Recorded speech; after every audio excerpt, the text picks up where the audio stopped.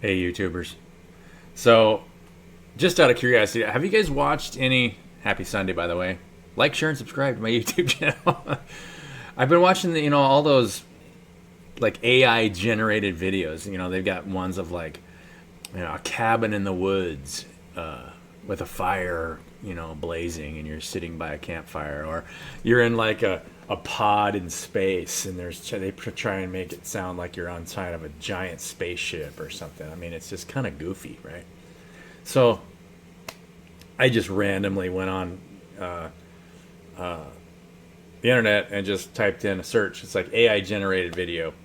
So then this is what I got, and I can't remember what video provider this is. It's like InVideo or something. I don't know. There's so many freaking AI things. I don't know. So I just put, thunder and lightning on the plains, and it said epic thunderstorms on the plains, and then it generates this video of actually somebody talking. And so, yeah, I was just gonna play this really quick. I think it's like a minute. And of course, I guess I have to give some kind of backdrop. So I was having a conversation with somebody a little while ago about listening to high frequencies, right? Is that good or bad for you?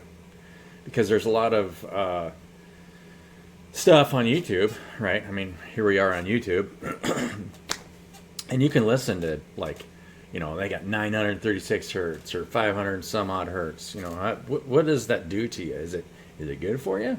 Is it bad for you? Do you trust the source?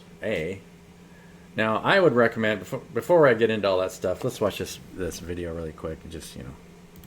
Exposing the fury in nature's symphony. This is going to blow your mind. Behold the majesty of a thunderstorm. This is all AI generated.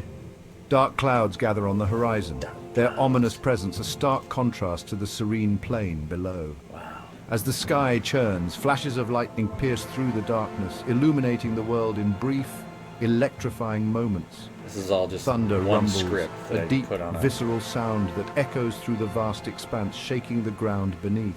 Oh my gosh. It's a dance of chaos and beauty, a reminder of nature's untamed spirit. And video, yeah. Each bolt of lightning is a brushstroke in a masterpiece painted with fury and grace. The storm rolls on, relentless, a powerful display of elemental force.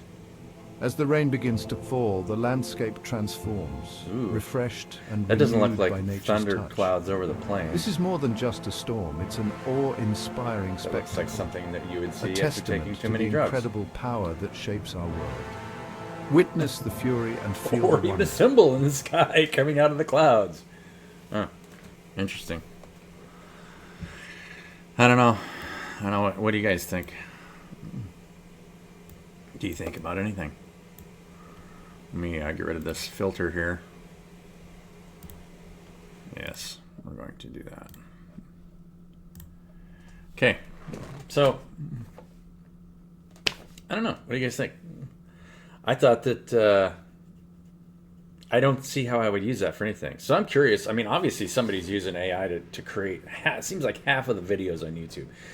Most of the stuff now is like, you can do AI generated voices. You can do all this stuff. Anyway, just a side thing. What kind of world are we coming into? Are people like gonna stop writing music and just say, I want these notes in progression and a vocally well-spoken person to sing this song. God forbid that we ever stop creating like we naturally should. I mean, that would be bad, right? Anyway, so just going back to that other subject, everything is electrical. I saw the headline of a video today that somebody said our Earth is becoming more as electric. Well, everything's electric, right? Everything is a toroidal field that has a positive and negative pole, and then it switches back and forth a certain number of cycles per second to create a frequency of creation receiving. Either it's going positive or negative. So that's what everything is it switches from positive to negative in a certain number of cycles to create a frequency that creates a structure of things that put themselves together to provide a structure to move that energy. That's what everything is. So our three-dimensional reality, if it's vibrating at a lower frequency and the structures are at a certain state, if you induce a super high frequency, you can disrupt that structure. So the highest frequencies that we see, in our three-dimensional reality that we can measure are like gamma radiation. High energy, high frequency radiation that destroys the cells in your body, or pretty much everything else over a long period of time. When you generate electricity, even at 60 hertz, the field slowly destroys the structure in that generator. Any kind of field slowly destroys it. So any kind of capacitance will destroy the structure that's there. So it collapses into a pure conductor in that switching state, then all the energy within that field is momentarily moving through that field for just this split second. And the frequency describes how often that happens per second, how often you are flowing that much energy. Let me see if I can get my camera in a little bit better spot here. Per second. So every number hertz thing you see, like 60 hertz is 60 cycles per second. So our electrical circuits here in the United States run at 60 hertz.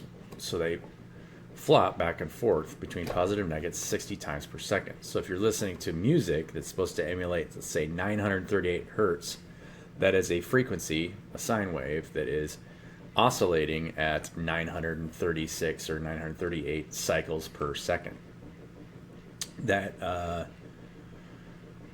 And not only that, but anybody can add sub-frequencies to main frequencies. So like if you listen to some of those videos, there's so many frequencies in there. It's not just 936 hertz or 538 hertz or whatever it is you're listening to. It's not just that. If you listen to it, there's a whole band of frequencies that you're being listened to. And I personally, I'm not going to recommend any of that stuff. Use your gut. If your intuition tells you it's good for you, just trust. Always trust yourself. But I prefer nature over anything, because what the sun is going through is what we're going through no matter what. So get yourself out in nature, enjoy the sunlight, get into water. That is what is going to be healthiest for you or anybody that you're around. I can guarantee you that. And whatever the sun's going through is what we're going to be going through anyway. I mean, so I just heard this thing, and we got 3 CMEs headed our way. What's a CME? A CME is a coronal mass ejection or a solar flare. So that's, just an explosion on the surface of the sun that is throwing a electromagnetic pulse along with, they call them particles, but they're just little fields. They're oscillating at a certain frequency, just like everything else, that we get bombarded with. High solar radiation. And the Earth blocks a lot of it. It gets absorbed into the Earth's atmosphere and magnetic field. But as the field collapses and we become more of a pure conductor, then our frequency rises, right? Because as you become more of a conductor, you're increasing the amount of oscillations per second in order to get to the 0 point. Because if you think about it, a pure 0 point is a very high frequency, very high number of oscillations per second. It's infinite, right? The needle moves towards infinite. It's like an algorithm where you see a mathematical equation where you've got I can't remember the name of the equation. I'm sorry. It's been too long since I've been in calculus. I took calculus years ago, and I just don't remember. It's a differential. It's a differential, with the arrow pointing towards the infinity sign. You guys know what I'm talking about. If any of you have taken math, you know what I'm talking about. Anyway, That is our, I mean, if that simple equation is our slow move back to the infinite, back to the 0 point where everything is all is. So you're slowly moving more and more energy in the field to provide more information to your environment. And it's a group co-creative evolutionary process. It's not like you're not going to look to one person and, oh, there's the Messiah, and everybody else is just like these lowly mutants, right? It doesn't work that way. I mean, it can't. If somebody unlocks the keys to elevating their biofield to a point where they're way more high elevated than everybody else, they're not going to last there very long, right? We're all going to kick him out, and it's like, we can't put up with you. You're doing too much too fast. We don't like it. Right? I mean, that's what history says. You're too good for us. Yeah. You're healing everybody. Yeah. Why can't I do that? So, I mean, realistically, all of us are just reducing toxicity in the body. Happy Sunday, by the way. I mean, we might as well draw cards after my little brief intro. But I kind of wanted to talk about that just a little bit so you guys understand that exposure to high frequencies is generally not good for you. For artificial high frequencies in your environment for extended periods of time. For short periods of time, it's not that big a deal. But it does distort, that they stopped using as micro radars, microwave radars, because police officers were getting cancers on the side of their head. They were getting ear cancers and brain tumors when they would use a radar gun on the side of their patrol car, if it was mounted in a certain spot, and they're radaring people all day long. It's a high frequency radiation that's distorting the physical makeup of your body so that it's not conducting energy the same way that the rest of the body is. That's all it's doing. So if you tried to change the frequency in one part of the body before you changed it on the other side, it's going to start moving energy differently, which will, on the surface, it'll make it look cancerous. So your body it creates an energetic block in the body. You want to, when you're raising your frequency in your body, you want to do it as a whole, right? You're grounded, and and if you get too ungrounded, then you're not grounding the energy in the body to what your environment needs. This is one of the most difficult things for spirituality, right? Is to be able to ground what it is that you're going through into your environment to help raise the entire environment. And it's not something you can force. I mean, imagine you as an individual forcing the solar system to expand in consciousness. No, there are forces at work that are part of universal law. We can't make things happen before they're supposed to. And so part of the spiritual journey is practicing non-resistance to the forces around you and helping people realize that everything is a process, and we're all going through this process together. And eventually we'll get to a place where we're co-creating together and doing it in a way where we're not narcissistically trying to control one another, and appreciating each other for each other's talents and abilities and all that stuff. So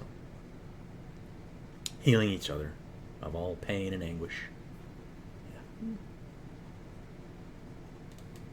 My little motivational speech for the day.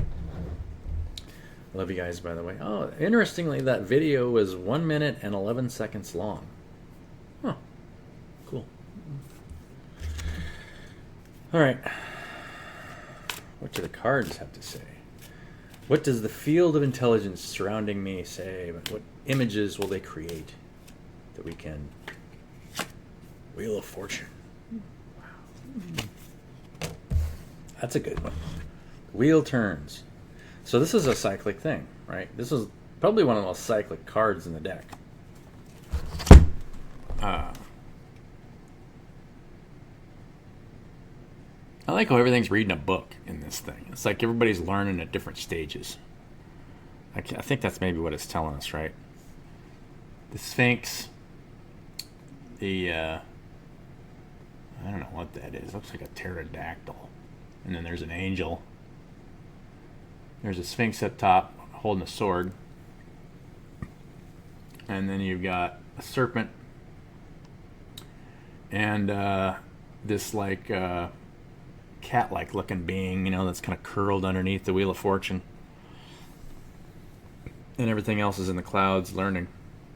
So that basically different parts of yourself that's learning at different times on the Wheel of Fortune. Everything is cyclic. You learn different things at different times.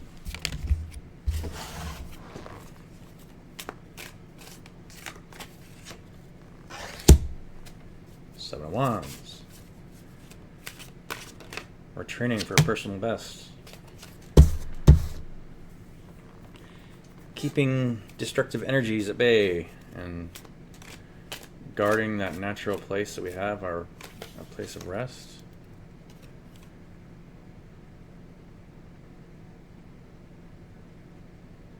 A supportive, fruits of the spirit type energy. Queen of Pentacles.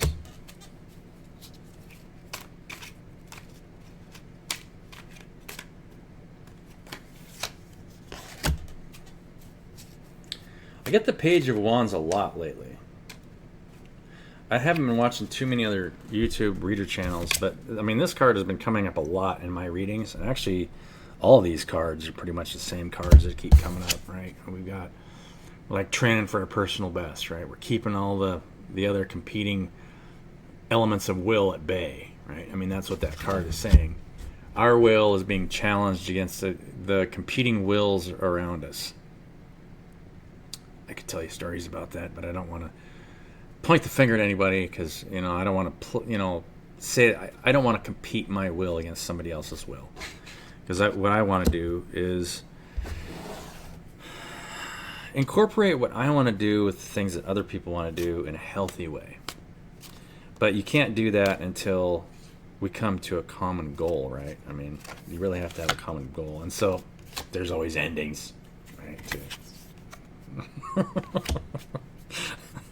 It just popped out. It's not my fault. I don't know.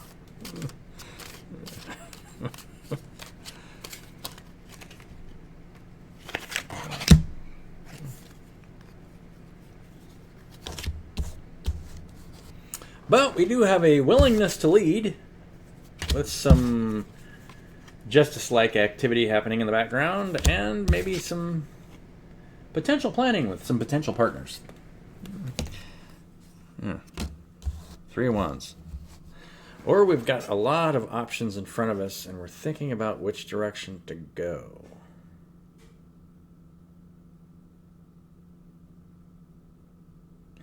I don't think I could really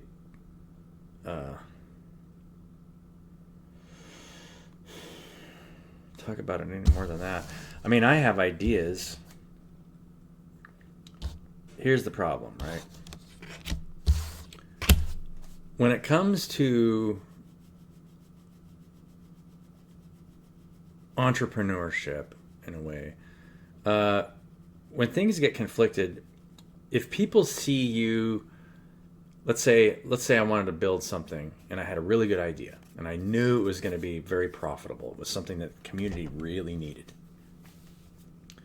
If I really promote that idea and people see me, the people that I'm working with see me as the primary beneficiary of that idea, then they will be less likely to help me with that idea because they will be in a state of lack position compared to my position. That is the last thing that I want, right? As a person, I don't want to be the one who is in the primary beneficiary of anything, right?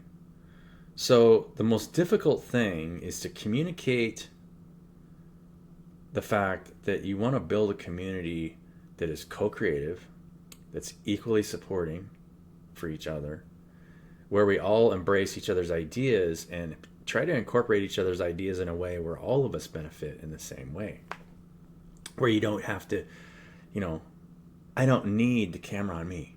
I want to be, for me, to be with my girl in our cabin in the woods, having a good time and just doing what I need to do for the community I'm a part of. Right? I don't know about the rest of you, but I mean, that is my dream life, right?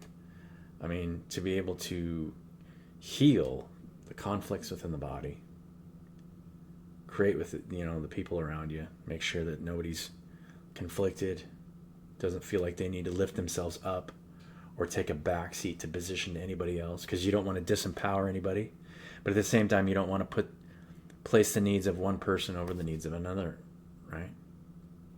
Some people are better speakers than other people. Some people are better just certain tasks. I mean, most people are better at playing the guitar than I am. I'm a pretty decent singer. I pride myself in being able to sing pretty well. But it's like we all have these talents and abilities, and I think there's always a way, and that's the hardest part about creating a community, because when you're creating a business, people get so concerned about creating money, but in order to really have a successful business that grows exponentially over time forever, is you have to structure a community, right? Communities are self-supporting. They don't even need anything on the outside. A community is a group of people where everybody supports what everybody does for each other, right? So I don't want to talk about that anymore, because I know that there are people out there, hopefully maybe people that would watch this video, who would have some great ideas about how to create a community, or could incorporate some of my ideas. Because a lot of times I might have an idea, and then if I get feedback from a group of people, I'd be like, well, let's do this then, right? Because even my idea will be way better if it gets incorporated through a group of people, and let them become the driving force of what they envision. As long as you stick to spiritual rules and spiritual laws, so that people don't feel like they're getting left behind, people are still held accountable for actually doing something for that community. Because, I mean, we all got to do something for each other, right? We can't just... But, when you think about it, and you think about, how much time and energy we have available to us, if we started to co-create as a community and stop thinking about the money, all of us would have to work so little to support one another that the rest of the time we would be, all of the stuff that we were creating together and generating revenue from, we could be sharing so much, right? Depending on what percentage of the planet. If you could get even 5% of the planet on board with a very high degree of co-creative activity, where we're all being equally respected and equally shared and equally, we would have paradise, our own perfect paradise on this planet. We'd be able to go anywhere, do anything, ride dolphins in the sea, and with saddles on the back of dolphins, with jetpacks, like you and I were talking about, Donna.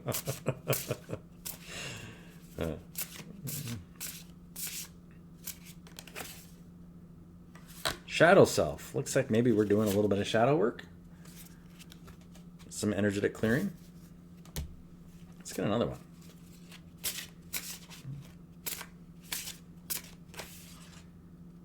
Emotions. So shadow self, yeah, if you having emotional ties to specific outcomes, or not being able to be productive the way you feel like you need to be productive, is usually you've got some unpaid emotional states to go through. I personally have been through every kind of emotional state you can think of, right? So, I have been through my own mental hell in so many different ways. I don't know about you guys, but at the same time, then there's the opposite, right? There's the better side of things, where there's opposites to everything, and there's a relatedness to everything.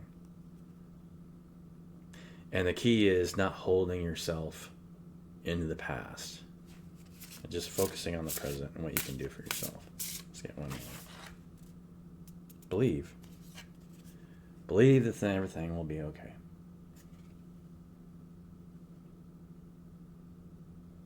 This is an interesting picture. What I see here is it looks to me like a really energetic butterfly holding a lightsaber. I don't know what you guys see, but I mean, that's what I see. You can do anything you set your mind to. Love you guys. Have a wonderful Sunday. If you're seeing this on a Monday, have a wonderful Monday. If you see this on a Tuesday, have a wonderful Tuesday. Just have a great day, no matter what day you see this on. So, love you guys.